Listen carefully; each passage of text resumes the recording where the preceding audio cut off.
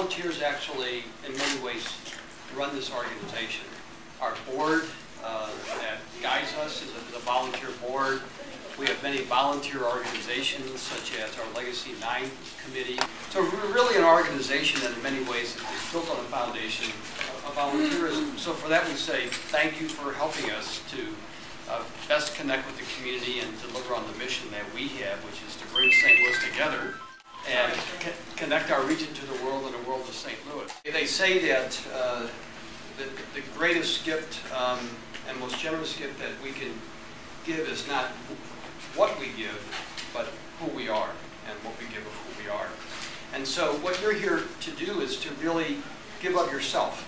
And that's the most generous gift of all. And I can't tell you how much we appreciate that and how important it is for us to be able to connect with you and hopefully find really interesting opportunities for you to connect with our organization. So thanks so much.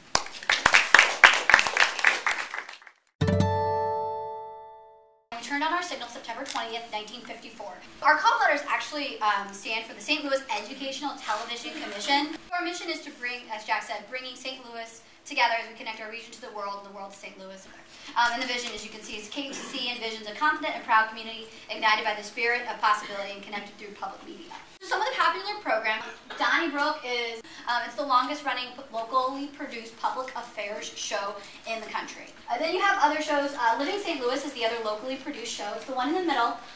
They go out and find interesting stories about our community and our region. And then we've got all these others that come down from PBS that we like to show. There's Masterpiece, and you've got Frontline, and Nova, and a bunch of other specials. You all know that we have 4 channels. So you've got 9-1, which is regular 9, we all know and love. 9-2 is 24-hour kids programming. It's a 6-hour block that's repeated 4 times during the day. And then we have 9-3, which is a PBS World. It's our public affairs. And then 9-4 is Create, a 24-hour how-to channel. Some of you may be wondering how we get all of the funds in order to be able to put this station on the air. What many people don't know is only about 10% of our funding comes from government sources. So we have a lot of different contributions from members like you, right? Corporate underwriting, our foundation support. We have a full-time grant writer who works on bringing family and other foundation monies into the station. And there, of course, is funding through the Arts Council. And then, of course, our volunteers are a huge source of our contributions.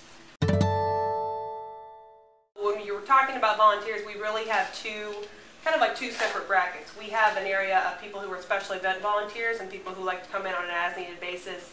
And then we have a lot of other folks who are college students or people who are retired or whatever the case may be, people who like to come in and see us once a week, twice a week, 3 times a week. We really try to treat them like we would treat a fellow employee. Really make them feel like they're part of our culture, part of our group. And this is kind of the process we go through to get them. So basically I ask a staff if they have a need. That staff will tell me, what kind of roles they're looking for a volunteer to take on, what kind of qualifications they want them to have, what kind of schedule they want them to fit. We post positions through places like Volunteer Match. I'm sure a lot of you guys have been there before. We started posting through universities like WashU and SLU, idealist.org. We usually request resumes, we ask that you fill out a form of application. The staff who's looking for that particular role will basically look over all those materials, and if they find someone that really fits what they're looking for, then they will bring them in for an interview. From that time, if it's a good fit, then they will be placed in that position.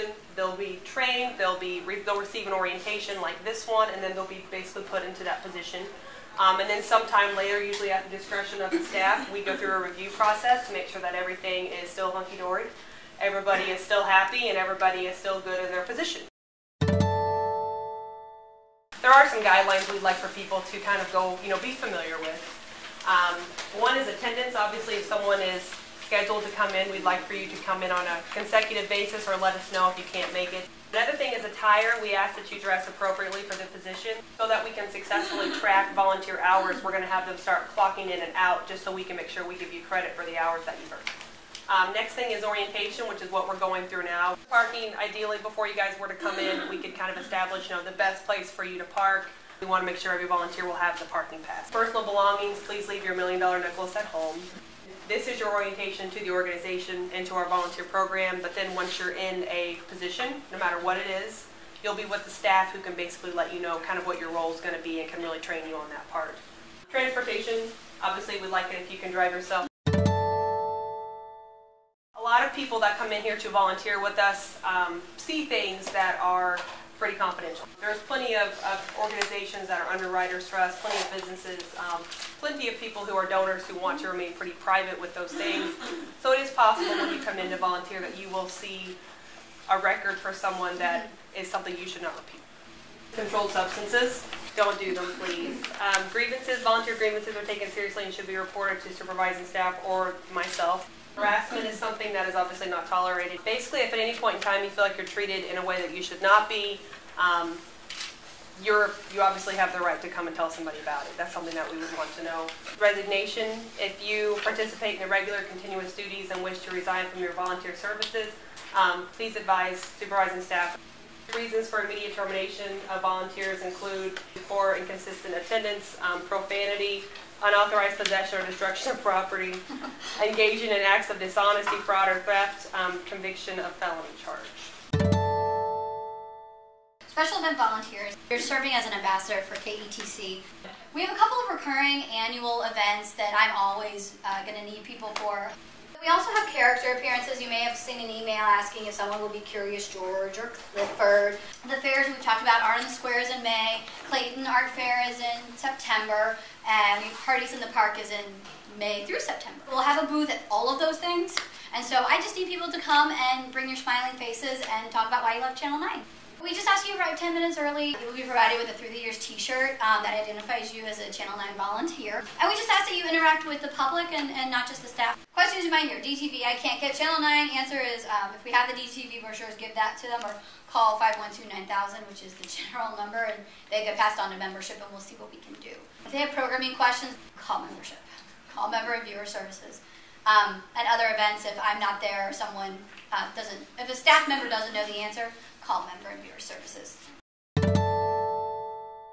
My name's Stephanie. I've been volunteering since last September and loved it. I got into it because actually ever since I was a young kid out in Boston with PBS and WGBH, I loved watching, actually was limited to one channel to watch growing up, and now it's the only thing my kids watch, and I'm incredibly grateful. And started, as I said, last September. Came in to help out with the arts fair in Clayton, and I've just had a blast. I love meeting the people that I get to meet as fellow volunteers and the employees here at the station. I've been able to meet Celtic Thunder and go to the Fox, and it's been fantastic. And if I didn't have a full-time job supporting my children, I'd probably be breathing down Brittany's neck. That's how much fun I have, and it's so well worth it. It's such a fun time, and gosh, I could probably do the poster girl volunteer. We need you.